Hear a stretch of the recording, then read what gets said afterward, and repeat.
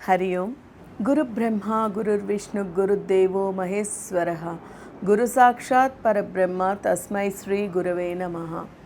सरस्वती महाभागे विद्ये कमललोचने विश्वरूपे विशालाक्षि विद्यां देहि नमोस्तुते। మనం ఈరోజు అమ్మవారుగా భగవంతుడిని పూజించినందువల్ల వచ్చేటువంటి లాభం ఏమిటి, అసలు అమ్మవారి శక్తి అంటున్నాము ఏమిటి అనేది మనం తెలుసుకుందాం. మనకి అందరికీ కూడా తెలిసినటువంటి విషయం ఏంటంటే, తెలిసినప్పటికీ భగవంతుడి గురించి మనకి ఎంత తెలిసినా, ఎంత గ్రోలినా, ఎంత చేసినా కూడా అది భగవత్ శక్తి. మళ్ళీ మళ్ళీ మళ్ళీ మళ్ళీ మాయా ప్రపంచం, ఈ మాయలో చిక్కుతూనే ఉంటాం.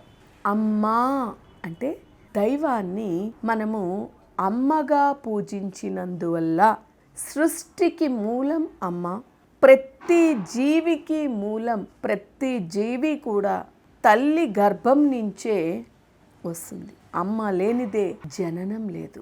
అలాగే మనకి లలితా సహస్రంలో చెప్పారు, తల్లి యొక్క ప్రేమ ఎటువంటిది అంటే అవ్యాజ కరుణామూర్తి అని కూడా అంటాం మనం లలితా సహస్రంలో. అంటే అవ్యాజ కరుణామూర్తి అంటే అర్థము నెపము లేనటువంటి ప్రేమ కలిగినటువంటిది. అంటే ఎటువంటి ఆశ, ఎటువంటి ప్రతిఫలం ఆశించినటువంటి ప్రేమని కురిపించి నిస్వార్థమైనటువంటి ప్రేమతోని ఉండేటువంటి తల్లి ప్రతి బిడ్డని కూడా భేదభావము లేకుండా అక్కున చేర్చుకునేటువంటిది తల్లి. అందుకనే తల్లికి అంత ముఖ్యం, తల్లి పేరుకే అంత ముఖ్యం. అమ్మ అంటే 5 లక్షణాలు ఏమిటయ్యా అంటే ప్రేమను పంచేది, పోషించేది, పెంచేది, లాలించేటువంటిది. ఇలాగా ఇవన్నీ కూడా తల్లి చేస్తుంది కాబట్టే తల్లికి అంత ప్రాధాన్యత. ఇక్కడ శక్తి, అమ్మవారిని మనము శక్తి స్వరూపం అని కూడా అంటున్నాం. అంటే సృష్టి యొక్క మొదలు మనం తెలుసుకున్నట్టయితే, ఈ సృష్టి మొదలు అయ్యేటప్పుడే ఆ జగన్మాత యొక్క సృష్టి స్థితిలయ కారకుని అయినటువంటి నిరాకార నిర్గుణ చైతన్య స్వరూపమైనటువంటి ఆ తల్లికి సృష్టి చేయాలి అనేటువంటి కోరిక ఏర్పడింది.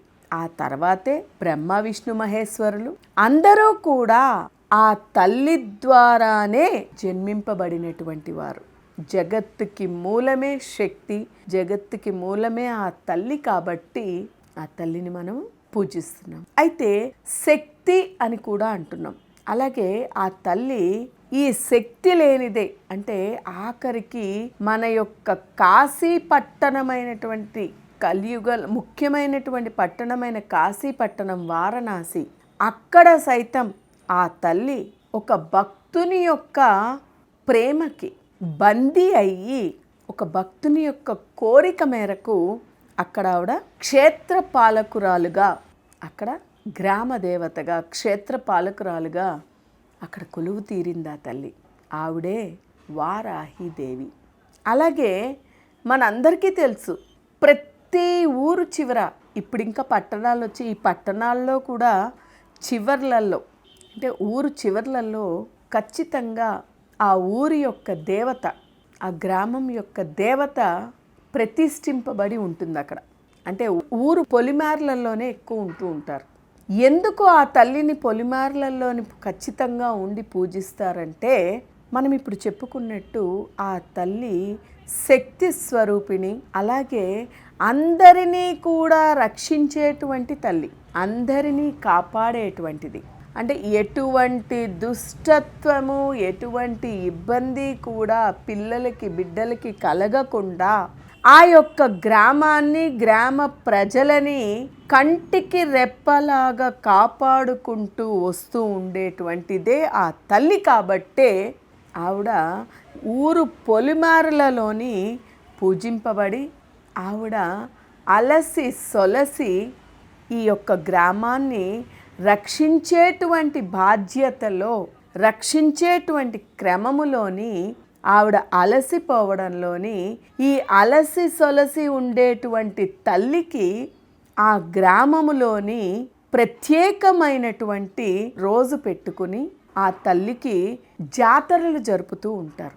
అంటే తల్లి, నీవు ఈ యొక్క గ్రామాన్ని రక్షించి కాపాడి అలసితివి తల్లి, మమ్మల్ని ఇంత చల్లగా చూస్తూ కాపాడుతున్నావు కాబట్టే మేము ఈరోజు సుఖముగా ఉండగలుగుతున్నాము అని ఆనందోత్సాహాలతో ఆ తల్లిని తృప్తిపరచడానికే జాతరలు అని చేస్తూ ఉంటారు.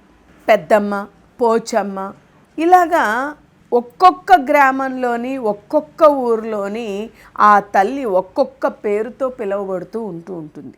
అప్పుడు ఉండేటువంటి పరిస్థితులు, అప్పుడు ఉండేటువంటి అవసరం, ఆ గ్రామంలోని ఉండినటువంటి ఆ యొక్క చెడు శక్తి, చెడుని నిర్మూలించడానికి ఆ తల్లి ఒక్కొక్క గ్రామంలోని ఒక్కొక్క పేరుతో ఉన్నది ఒకటే శక్తి. కానీ ఆ తల్లి చేసినటువంటి రక్షించేటువంటి విధానాన్ని బట్టి, చేసినటువంటి పనిని బట్టి ఒక్కొక్క గ్రామంలోని ఒక్కొక్క పేరుతో పిలువబడుతూ ఉంది. అలాగే ఏర్పడినటువంటి వారే ఈ గ్రామ దేవతలందరూ. గ్రామ దేవత అంటే ఆ గ్రామాన్ని రక్షించేటువంటి, మీరు చూడండి, ఏ ఊరిలో చూసినా ఎన్ని ఆలయాలు ఉన్నప్పటికీ కూడా ఖచ్చితంగా ఊరు పొలిమేరలోని ఆ తల్లి యొక్క ఆలయం ఖచ్చితంగా ఉంటుంది. పొలిమేరలోనే ఉంటుంది శక్తి.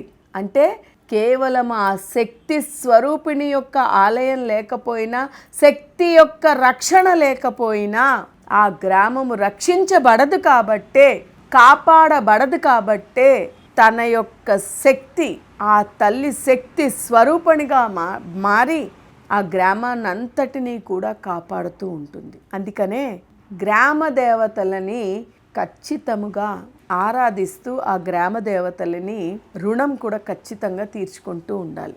ఒక్కొక్క ప్రాంతంలోని ఒక్కొక్క రీతిగా చేస్తూ ఉంటారు గ్రామ దేవతల యొక్క పూజలు. మనం కూడా ఈ రకమైనటువంటి విషయాన్ని తెలుసుకొని, ముఖ్యంగా పితృ రుణం, దైవ రుణం, ఇంటి ఇలవేల్పు పూజలు, ఇంటి ఇలవేల్పు రుణము, గ్రామదేవత రుణము, గ్రామదేవత యొక్క పూజ, ఇవన్నీ కూడా లేకపోతే, గ్రామదేవత యొక్క అనుగ్రహము, గ్రామదేవత యొక్క ఆశీర్వచనము లేకపోతే ఎవరికీ కూడా సుఖశాంతులు ఉండవు. ఆ తల్లి యొక్క రక్షణలోని మనందరం బ్రతికేటువంటి వాళ్ళం కాబట్టే ఆవిడ్ని తృప్తిపరిచి ఆనందపరచాలి. అందుకే ఆవిడ ప్రతి గ్రామంలోని కూడా ఆ తల్లి గ్రామం దేవతగా కొలువు తీరి మనందరినీ రక్షిస్తూ ఉంది. ఆ తల్లి యొక్క రక్షణలో ఉన్న మనందరము కూడా తల్లి ఆశీస్సులతోని, సుఖశాంతులతోని వర్ధిల్లాలి అని కోరుకుంటూ, హరి ఓం తత్సత్.